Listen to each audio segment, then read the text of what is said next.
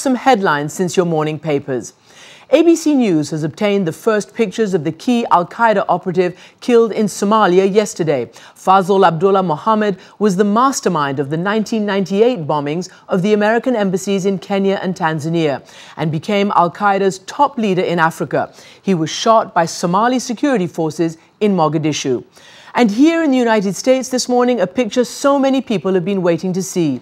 The smiling face of Congresswoman Gabrielle Giffords in her first photo since being shot in the head at point-blank range in early January.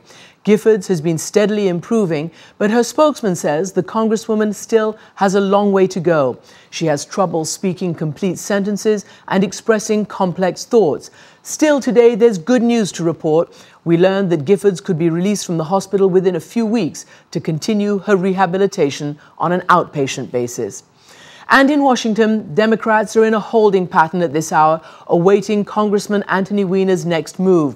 His sexting scandal is drowning out the party's message on jobs and the economy, and congressional leaders are getting anxious. For the latest, we turn to senior political correspondent John Carl. John, bring us up to date. Christian, with virtually the entire leadership of the Democratic Party turning on him, Anthony Weiner has decided to seek psychological treatment and take what he is calling a short-term leave of absence from Congress. This comes after party leaders who for days have privately been urging him to resign went public with those demands. Nancy Pelosi said in a statement, Congressman Weiner has the love of his family, the confidence of his constituents, and the recognition that he needs help. I urge Congressman Weiner to seek that help without the pressure of being a member of Congress. And the chairwoman of the Democratic Party said late yesterday that his behavior was sordid and unacceptable. It is with great disappointment that I call on my colleague, Representative Anthony Weiner, to resign. The behavior he has exhibited is indefensible, and Representative Weiner's continued service in Congress is untenable.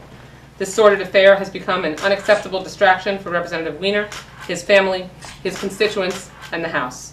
And for the good of all, he should step aside and address those things that should be most important, his and his family's well-being.